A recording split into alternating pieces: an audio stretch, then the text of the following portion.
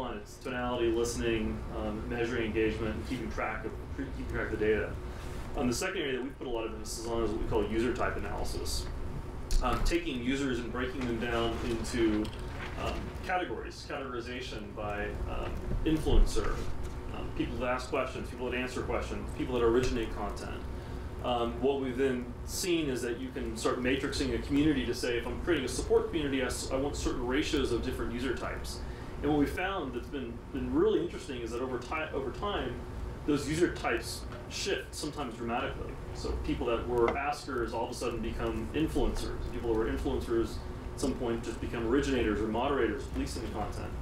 And what you can then do is you can then strongly start associating, for example, an influencer type back down to a set of keywords or categories you're interested in.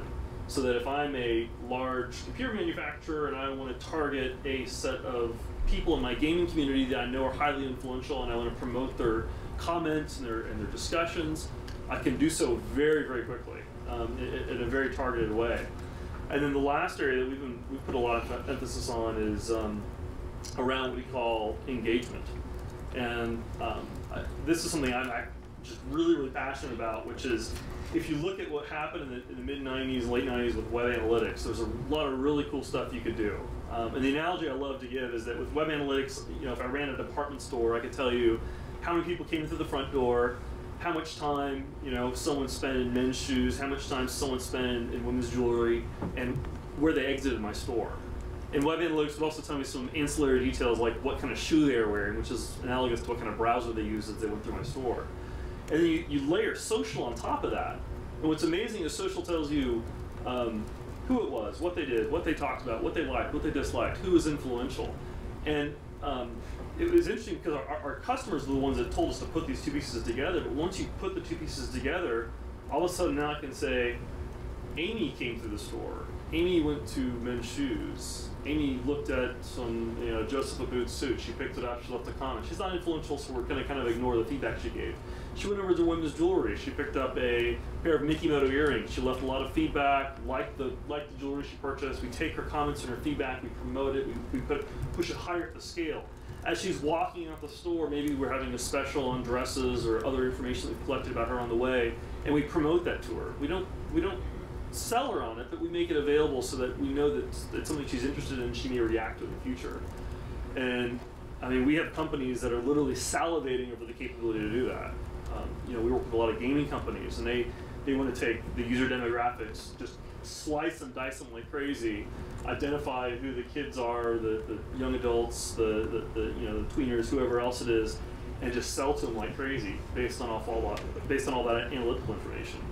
And the cool part about it is it works really, really well. And the companies that have done it successfully have done it really, really successfully. So Rob, is that happening, is there a curation step in that? The example you talked about, sort of promoting these people's comments, spreading there's people's feedback, that kind of thing? Or is it completely algorithmically happening at this point?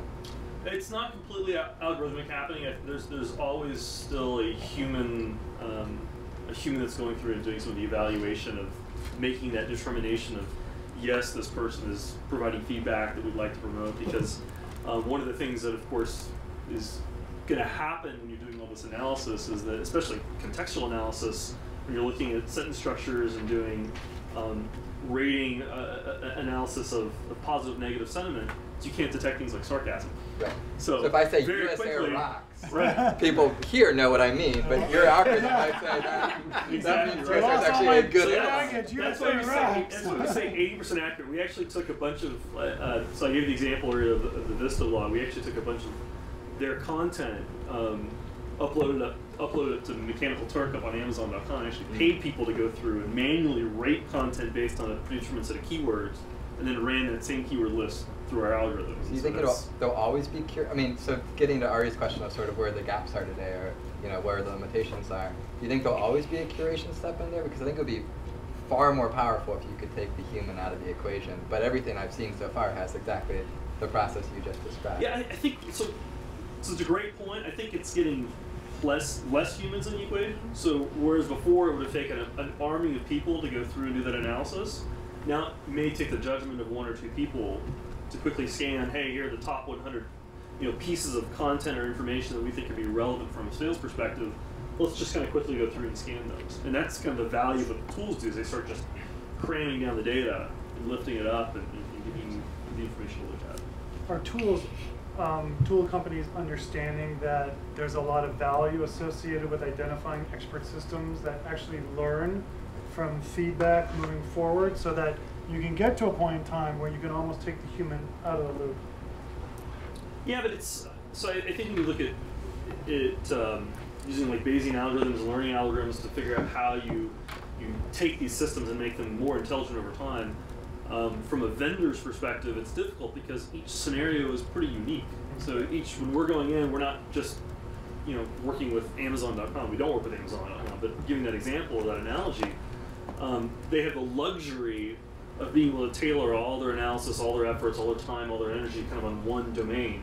Whereas for us, we're trying to really commoditize that in a sense and make it very generic so that a small business can benefit from some of the same concepts, but putting in a little bit of effort along the way. The general solution is very, very hard. Yeah, we've got a lot of background knowledge about sentiment analysis, about some network analysis, but each of those solutions, at least today, have to be tooled to exactly the setting. Which is why you like your job. That's right. One of the issues that some of the groups have identified during the course of working on the cases is the closed communities. Trying to get access to them to identify information so that they can, build a model for the companies. So you have, open APIs, which are great. You can mine Twitter for real-time information fairly easily, and there's a bunch of tools around that. Unfortunately, Facebook is more difficult. So you have to figure out workarounds, and Facebook, of course, is, let's face it, for lack of a better word, it's a target for a lot of these companies because they've spent a lot of time building up their fan page. They have 1.5 million users. There's a lot of utilization going on. What do you do in that case? I mean, there's just data that you can't get, but it's extremely valuable for you. So is that a question I can answer? Yeah. Okay. Please. So I don't have a good answer for that yet. What I will tell you is that we have worked with a number of private communities where we've seen analytics be incredibly successful. But the best kind of use case I give you is the National Breast Cancer Foundation. So they have such a, I don't know if you guys look at it in this class, but they have such a mature model of how they view social media, social networks, and then viewing like Facebook and Twitter is really activities that happen at the top of the marketing funnel to drive people, women, into the private community where they can have private conversations, share success stories, share failures, whatever they may be, and then use analytics on the back end to quickly rip through the community data and target help and relief and whatever they can provide from an organizational point of view at the women who are in most need at that particular point in time. It's a really cool model because they see Facebook again as how do I bridge the connecting people together to back to a community that wants to of people who want to contribute on a particular topic, and then be able to run analysis on that in a private and confidential manner where I can then use that analysis to go back in and target how we provide care back to the women. It's pretty cool. So one of the topics that we talked a little bit about privacy, and then we discussed briefly malicious conduct online and in different communities. One of the cases that I brought up to the class several weeks back was in the Finance 2.0 space, which I'm fairly familiar with. And, it was interesting to me to see the FINRA, the Financial Industry Regulatory Authority, actually came up with some regulations associated with how the brokerage community should watch themselves in a social media construct. And